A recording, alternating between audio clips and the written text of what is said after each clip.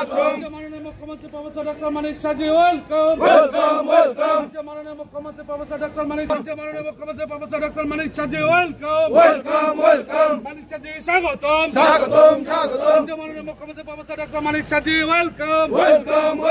মানিক সাজি স্বাগতম। বন্দে মাতরম। মাননীয় মুখ্যমন্ত্রী প্রফেসর ডক্টর মানিক সাজি ওয়েলকাম। মাননীয় মুখ্যমন্ত্রী প্রফেসর ডক্টর মানিক সাজি ওয়েলকাম। মানিক সাজি ওয়েলকাম। বন্দে মাতরম। মাননীয় মুখ্যমন্ত্রী প্রফেসর ডক্টর মানিক সাজি ওয়েলকাম। মানিক সাজি ওয়েলকাম। মানিক সাজি ওয়েলকাম।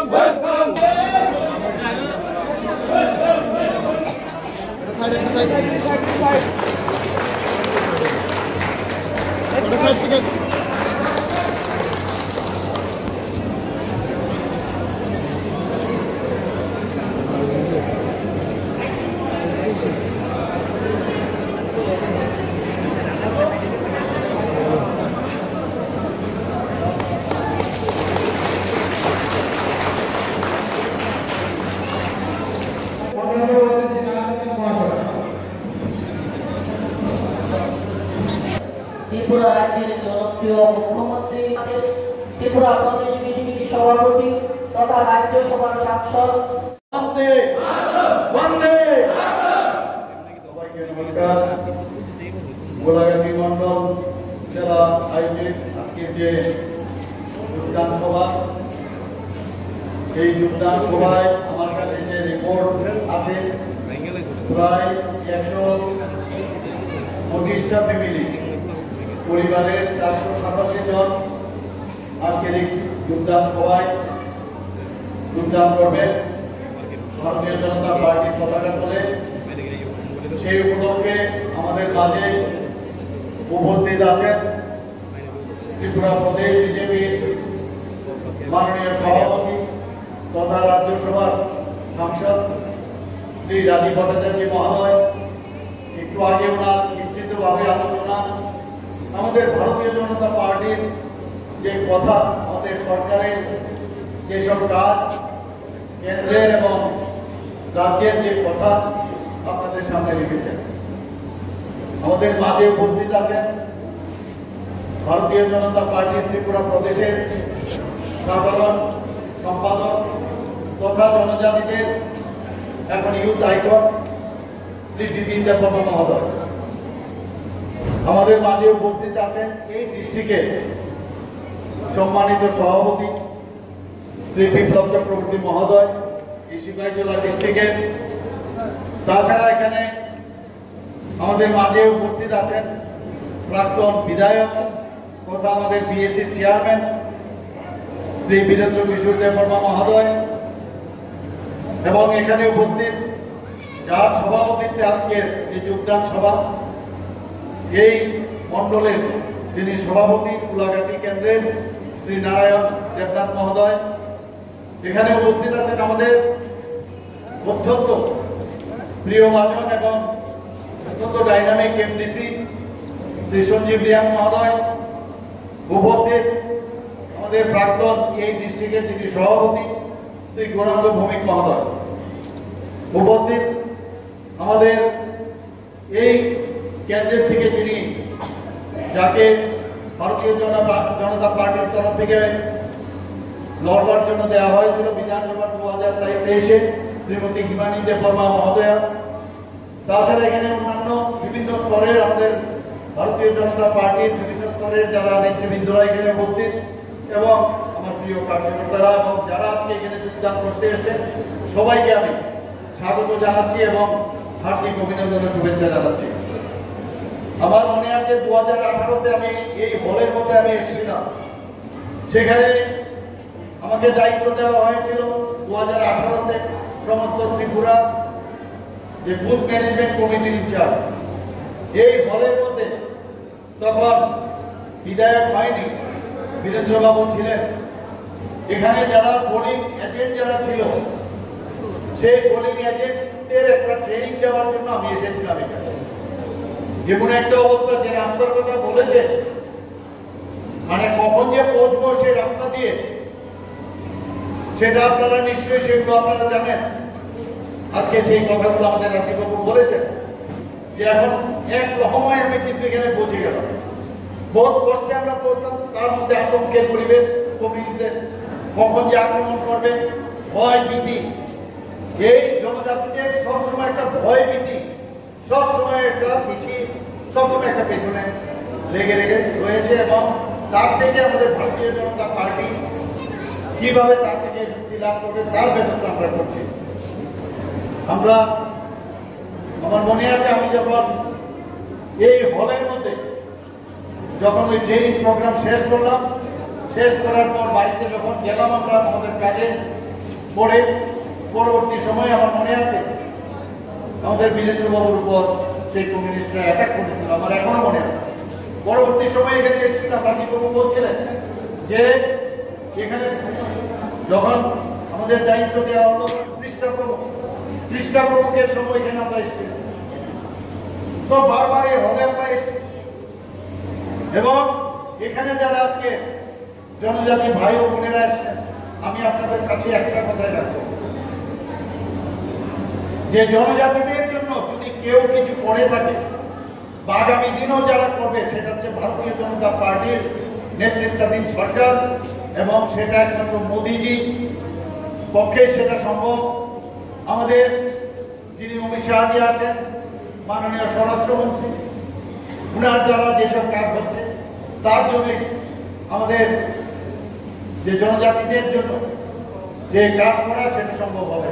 আমাদের ভারতীয় জনতা পার্টির যিনি সর্বভারতীয় সভাপতি জেপি নাড্ডাজি, উনিও যেভাবে জনজাতিদের কথা চিন্তা করেন, মাননীয় প্রধানমন্ত্রী শ্রী নরেন্দ্র মোদীজির মার্গদর্শনে একমাত্র ভারতীয় জনতা পার্টি প্রকৃত অর্থে আমাদের যে ন্যাশনাল পার্টি আমাদের জনজাতিদের জন্য তারাই কাজটা করবেন এবং আগামী দিন সেটা করবেন। বন্ধুগণ, এখানে বিস্তারিত আলোচনা করেছেন। আপনারা জানেন যে 2 অক্টোবর 2024 যে কথাই নয়, আমি বিহারে ছিলাম, বিহারে হিন্দিতে একটা কথা আছে, কাম মত করো, কাম কা খুব ফিকর করো, কাম মত করো, কাম কা ফিকর করো, আর उसका খুব জিকির করো, লেকিন কাম মত করো। এই হচ্ছে রাজনীতি। যতগুলো দল আজ পর্যন্ত ভারতবর্ষে ছিল আগে, এখনো যারা অনেকে আছে আমাদের বিরোধী দলের, তাদের আমরা দেখেছি এই মন্ত্রে ওরা সবসময় কাজ করেছে। আর আমাদের মাননীয় প্রধানমন্ত্রী বলছেন সবকা সাথ, সবকা বিকাশ, আর সবকা বিকাশ और प्रयास। তো এই যে স্লোগান, সেটা নিয়ে প্রকৃত অর্থেই যে কাজ হয়, কাজের মাধ্যমে ভারতীয় জনতা পার্টি, আমি আগামী দিন প্রতিটা ঘরে আমাদের ভারতীয় জনতা পার্টির একজন কার্যকর্তা প্রতিটা পরিবারের কাছে যাবে। আমাদের উন্নয়নের যে কাজগুলো আমরা জনজাতিদের জন্য আমরা যা যা করেছি, তাদের ঘরে ঘরে আগামী দিন যাবে, সেটা আপনাদেরকে আমি বলছি।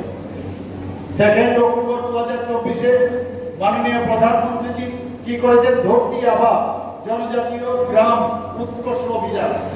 এই যে নাম, যেটা সবসময় উনি যে নামগুলো দেন, এক এক সময় সেই নামের সাথে কিন্তু তার সার্থকতা রয়েছে। একটা গ্রামের উৎকর্ষ গ্রাম উনি তৈরি করতে চান, এবং সেইভাবে আমাদের এখানে বিভিন্ন প্রকল্প করা হয়েছে। এবং তার জন্য তাদের যে মৌলিক যে সমস্যা, সেই সমাধানের লক্ষ্যে প্রায় 81 কোটি 64 প্রায় 69 লক্ষ টাকা দেওয়া হয়েছে। বন্ধুগণ, আমাদের মাননীয় প্রধানমন্ত্রীজির মার্গদর্শনে আমরা ধরতি আভা জনভাগিদারি অভিযান, দেশের মধ্যে যে অভিযান আমরা চালিয়েছি, তার মধ্যে আমাদের রাজ্য সেখানে শ্রেষ্ঠ রাজ্য হিসাবে সেটা পরিলক্ষিত হয়।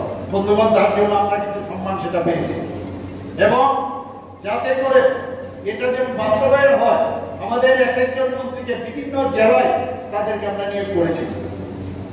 ধরতি আভা জনভাগিদারি অভিযান ও PM জনমন, সেটা যেহেতু আমরা বাস্তবায়ন করছি, কথায় নয় কাজের মাধ্যমে, আমি যেটা বললাম, তাতে করে আমরা 3টা জাতীয় পুরস্কার আমরা পেয়েছি। প্রধান PM জনমন বাস্তবায়নের উত্তর ত্রিপুরা, কিছুদিন আগে আপনারা দেখেছেন উত্তর ত্রিপুরা যে আমাদের 15 অক্টোবর 2025 মাননীয় আমাদের রাষ্ট্রপতিজি দ্রৌপদী মুর্মুজির কাছ থেকে সম্মান গ্রহণ করেছেন ত্রিপুরা। তিনি ডিস্ট্রিক্ট ম্যাজিস্ট্রেট, সেখানে সে গ্রহণ করেছেন। শুধু তাই নয়, মাননীয় প্রধানমন্ত্রীজি 15ই নভেম্বর 2023 জনজাতীয় গৌরব দিবস উপলক্ষে ভগবান যে বিরসা মুন্ডা উনার জন্মদিনকে পিএম জনমন এই প্রকল্প সূচনা করা হয়েছে। এই প্রকল্পের মধ্যে যারা আমাদের প্রিমিটিভ গ্রুপ আছে, রিয়াং জনজাতি গোষ্ঠী, তাদেরকেও কিন্তু এই প্রকল্পের মধ্যে নেওয়া হয়েছে। সেখানে ড্রিঙ্কিং ওয়াটার, পানীয় জলের ব্যবস্থা, সেখানে ইলেকট্রিসিটি, সেখানে রোড তৈরি করা, এডুকেশন, হেলথ এবং অন্যান্য সব বিষয়ে তার ব্যবস্থা যেন প্রপার হয়, সেই যে আমাদের প্রকল্প সেইভাবে করা হয়েছে বন্ধুগণ। এবং 11টা দপ্তর সেটাকে একসাথে কাজ করেছে। 2024-25 এখন পর্যন্ত 322 কোটি 6 লক্ষ টাকা 6 লক্ষ টাকার উপরে সেখানে আমাদের খরচ করা হয়েছে বন্ধুগণ। 2024 সালে একটু আগে আমাদের মাননীয় সভাপতি বলছেন যে আমাদের বাজেট প্রায় বলে যে এডিসিতে টাকা দেওয়া হয় না, এডিসিতে টাকা দেওয়া হয় না। আমরা প্রায় 30,298 কোটি টাকা আমাদের যে বাজেট, ত্রিপুরার যে বাজেট, সেই বাজেটের প্রায় 39.06% আমরা জনজাতি উন্নয়নের জন্য সেই টাকা আমরা দিয়েছি। 2025-26 আমরা যে বাজেট দেখেছি সেখানেও সেই বাজেটেরও প্রায় 40% উপরে জনজাতিদের উন্নয়নের জন্য সেই টাকা আমরা দিচ্ছি। শুধু তাই নয়, সেটা তো আমাদের বাজেট থেকে। তারপরও এই যে বাজেট আছে 30,000 কোটি টাকার উপরে 296, তার মধ্যে কিছু আছে যেগুলো বেতন দিতে হবে আমাদের যে কমিটেড এক্সপেন্ডিচার আছে, যারা পেনশন পাচ্ছে তাদের টাকা দিতে হবে, আমাদের লোন নিয়েছি লোনের টাকা দিতে হবে। তার থেকে আমরা যে 17,000 কোটি টাকা আমাদের সেটা থাকে, তার থেকে আমরা এই যেটা বললাম প্রায় 40% জনজাতি উন্নয়ন আমরা খরচ করছি। তাছাড়াও বিভিন্ন যেসব আমাদের লোকাল বডিজ আছে তাদেরকে আমাদের এর থেকে আমাদের টাকা দিতে হয় তাদের উন্নয়নের জন্য। বন্ধুগণ, শুধু বাজেটের হিসাব ছাড়াও RIDF এর থেকেও আমরা জনজাতি এলাকার উন্নয়নের জন্য আমরা টাকা দিচ্ছি। আমরা ট্রেসপের মাধ্যমে আমরা প্রায় 1,400 কোটি টাকা আমরা ওয়ার্ল্ড ব্যাংক থেকে লোন নিয়েছি। সেটা কিসের জন্য? শুধু জনজাতি এলাকার উন্নয়নের জন্য। এবং শুধু তাই নয়, আপনারা যদি দেখেন যে জায়গা প্রজেক্ট, কিন্তু জার্মান প্রজেক্ট সবকটাই কিন্তু জনজাতি এলাকার উন্নয়নের জন্য আমরা করছি। প্রায় 1700 থেকে 1800 কোটি টাকা আমরা যে এলিমেন্ট প্রজেক্ট সেটাও আমরা লোন নিয়েছি।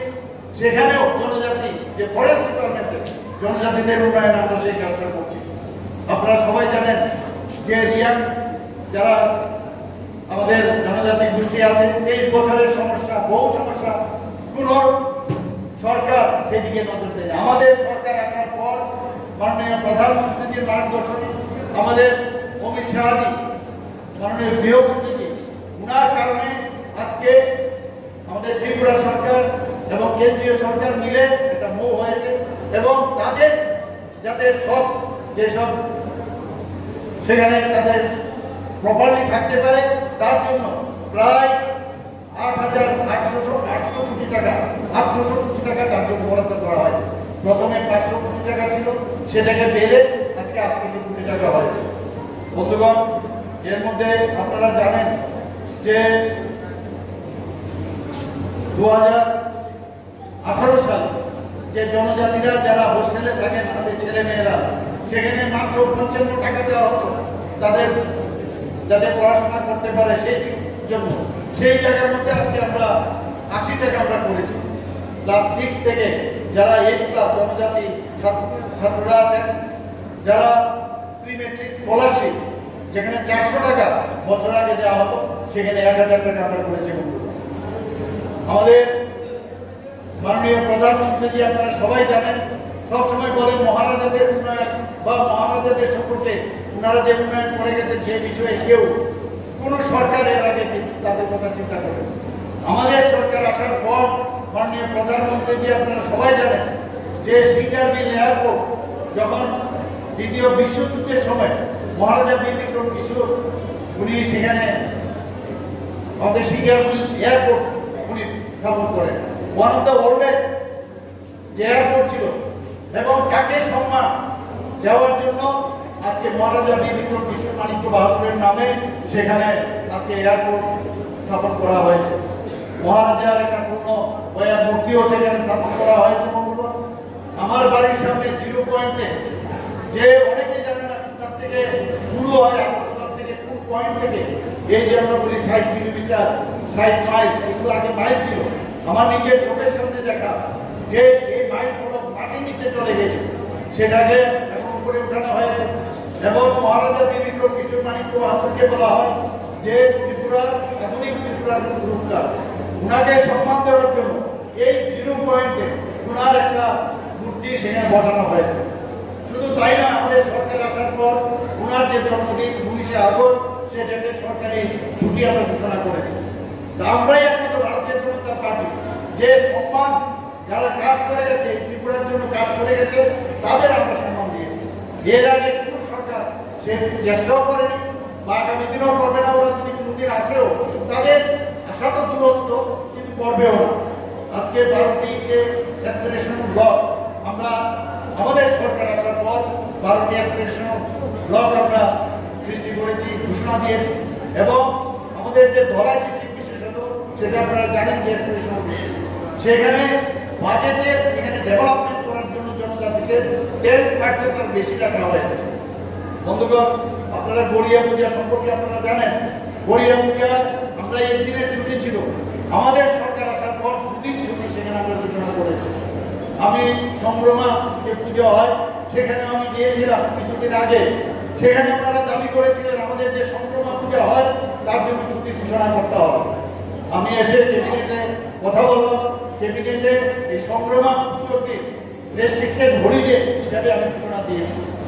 আপনারা জানেন যে আমাদের জনজাতি এলাকায় আমাদের মাননীয় সভাপতি বলেছেন যে কিছুদিন আগে এই বিধানসভার মধ্যে, এর কাছাকাছি আরো একটা বিধানসভার মধ্যে, এখানে যে ইএমএলএ যে একলব্য রেসিডেন্সিয়াল মডেল স্কুল, সেটা জনজাতিদের জন্য আমরা প্রায় মাননীয় প্রধানমন্ত্রী 21টা একলব্য মডেল স্কুল করার জন্য উনি স্যাংশন দিয়েছে। তার মধ্যে 12টা হয়ে গেছে, বাকি আরো 6টা সামনের মার্চের 2026-এ হবে, এবং আমি নিশ্চিত যে বাকিগুলো হয়ে যাবে।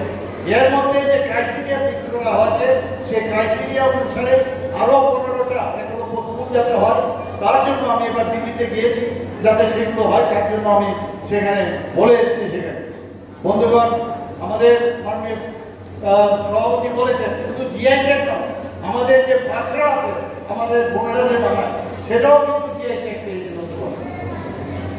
আমাদের একমাত্র সেটা সম্ভব মাননীয় প্রধানমন্ত্রীর কারণেই সেটা সম্ভব। আমাদের ত্রিপুরার যে রাজ ফ্যামিলি, মহারাজাদের ফ্যামিলির একজন জিষ্ণুদেব বর্মা মহোদয়, নিশ্চয় আপনারা নাম জানেন, আমাদের ডেপুটি চিফ মিনিস্টার ছিলেন। উনাকে একটা ছোট রাজ্য থেকে এত বড় একটা রাজ্য, তেলেঙ্গানার মতো রাজ্য, সেখানে ওনাকে আজকে সেখানে রাজ্যপাল হিসেবে সেখানে নিযুক্তি দেওয়া হয়েছে। আমাদের জন্য এটা অত্যন্ত গর্বের বিষয়। আমরা সবাই জানি যে আমাদের সরকার আসার পর যারা সমাজপতিরা আছেন তাদেরকে 2000 টাকা সম্মানিত দেওয়া হবে। কিছুদিন আগে আমরা এই ক্যাবিনেটের ডিসিশন নিয়ে 2000 থেকে আমরা সেটাকে 5000 করেছি। শুধু তাই নয়, 5000 টাকা তো করেছি, কিন্তু দেখা গেছে যে আগে যেটা করা হয় তাতে করে একটা গ্যাপিং ছিল, যে কেউ যদি চাকরি করে বা কেউ যদি সেখানে পেনশন পান তাদেরকে দেওয়া হবে। আমরা এইবারে ক্যাবিনেটে সেটাও দিয়ে দিয়েছি, তাতে করে দেখা যায় প্রায় 13-14 জন যে সমাজপতি তারা পাবে, কারণ তারা সমাজের জন্য কাজ করছে, কেন আমরা তাদেরকে আমরা দেবো না। তো সেইভাবে আমি যখন বললাম ক্যাবিনেটে সেটা ডিসিশন হল, সেখানে বলা হয়েছে যে আমাদের যে 19টি জনজাতি গোষ্ঠী আছে সবাই যেন পাবেন, বলে এই যে সমাজপতির যে পদ্ধতি সিস্টেম সেটা সবার মধ্যে নেই। আমি বললাম যে যদি না থাকে তাদের তো প্রধান থাকবে, তাদের হেড কেউ থাকবে, তাদেরকেও কেন দেওয়া হবে। তো সেই বিষয়ে আমি বলেছি, এবং আমি আরো বলেছি আমাদের জনজাতির যে সাবস্ক্রাইব আছে আমাদের সরকারি অনুযায়ী প্রায় 40+ আরো জনজাতি গোষ্ঠী আছে, ছোট ছোট সাবস্ক্রাইব আছে, তাদের যাতে হারিয়ে নেওয়া যায়, তাদেরও যারা আমি ডিএমকে নির্দেশ দিয়েছি তাদেরকে খুঁজে বের করে এবং তাদেরকে প্রধান আছে তাদেরকে আমরা 5,000 টাকা করে দেবো। আমাদের এই সরকার আসার পর আপনারা সবাই জানেন গরমকে মান্যতা দেওয়ার জন্য বড়মুড়া পাহাড়ের নাম আমরা মাথায় আমরা হাতায় কবর আমরা নাম দিয়েছি। আমরা গন্ডা ছড়াকে গন্ডা পয়সা রেখেছি, 18 নম্বরের নাম হাতি বেরেন রেখেছি। এইভাবে আমরা সম্মান দিতে জানি জনজাতিদের জন্য।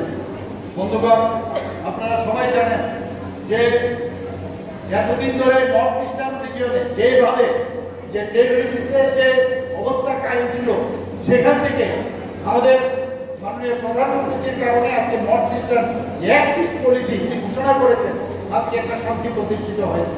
ত্রিপুরাতেও আপনারা জানেন যে আমাদের যে এনডিপিএফ আছে, এনএলএফটি আছে, ত্রিপুরা সরকার এবং কেন্দ্র সরকার মিলে আমরা যখন সেই ভোগ করা হলো, ত্রিপুরাতে এখন বলা যায় যে টেররিস্ট ফ্রি ত্রিপুরা আমরা বলতে পারি।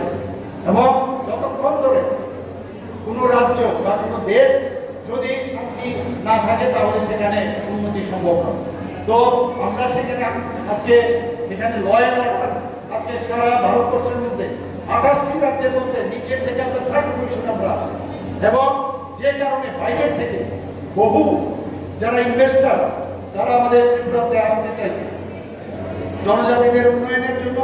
কিছুদিন আগে ক্যাবিনেটে আমি ডিসিশন নিয়েছি যে বিভিন্ন যে স্কিম আছে আমাদের, যে কেন্দ্রের যে স্কিম আছে জনজাতিদের জন্য, ত্রিপুরা সরকারের যে স্কিমগুলো আছে সেটা দেখার জন্য এতদিন ধরে আমাদের সরকারি পর্যায়ে কেউ ছিল, সেখানে আমরা সাব ডিভিশনাল যে ডিস্ট্রিক্ট ট্রাইবাল ওয়েলফেয়ার এবং sub divisional district tribal welfare DCs সমকক্ষ সেই অফিসার আমরা নিয়োগ করেছি।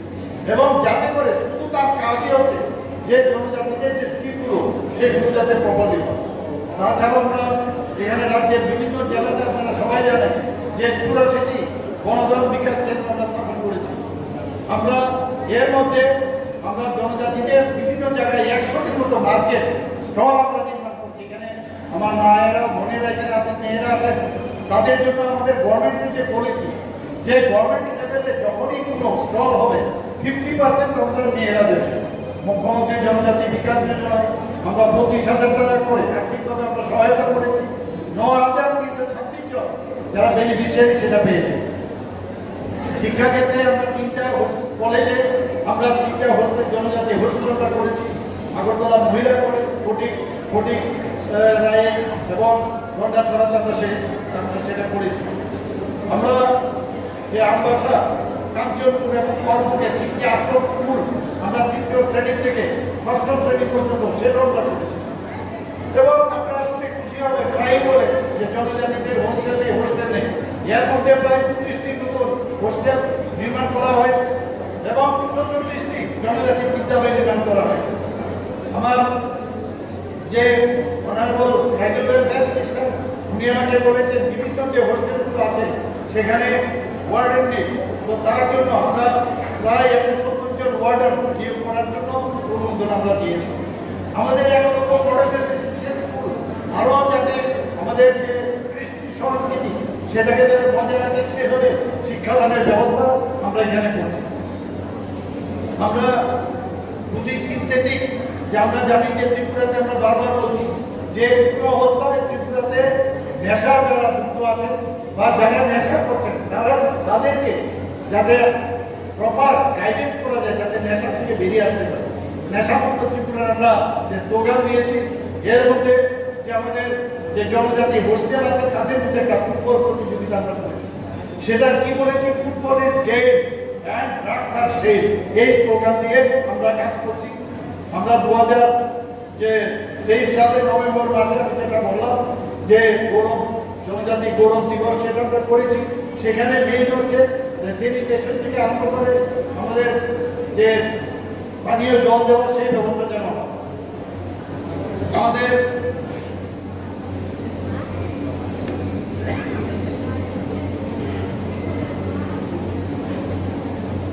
আপনারা জানেন যে যতগুলো আমাদের যে মাননীয় প্রধানমন্ত্রী যে আমাদেরকে হীরামোড় দিয়েছে ন্যাশনাল হাইওয়ে দিন, এই ন্যাশনাল হাইওয়ে যতগুলো আছে তার মধ্যে বেশিরভাগ আপনারা দেখবেন জনজাতি এলাকা দিয়েছেন।